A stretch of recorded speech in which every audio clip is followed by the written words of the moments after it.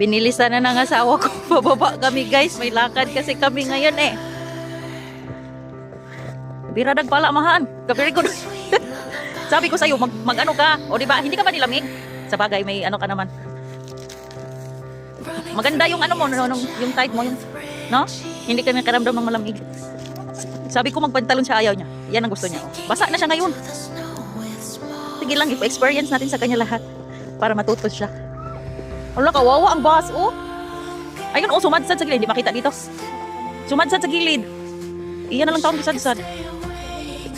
Birada mahan. Agoy. Nag-enjoy ka, Lois? Emit, biscuit oh. Emit.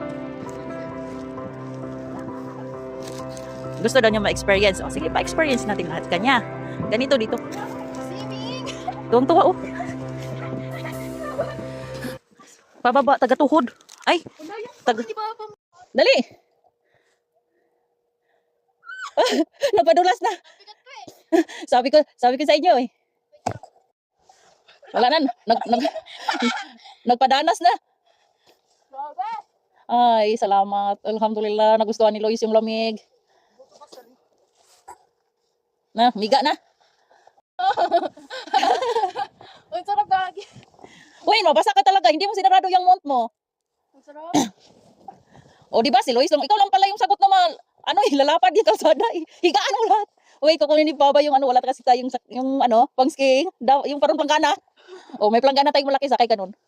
Ipagpag mo muna yan. Oh, ang plastic na lang daw yung sakyan niya. Mas madulas yung plastic eh.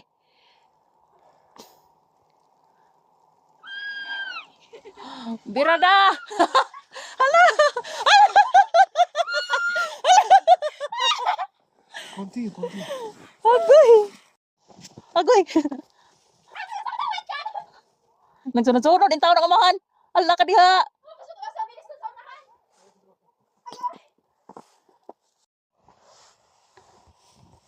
Tapos nagdalo talaga siya, oh. Nangahapa na gud ng kuan si Siginiag ambak-ambak, nangahapa ng snow sa dalan. Oh, pag inambakin na lamang na. Hala ka niya. Oh, doon din ang kamagwangan nga anak. Man.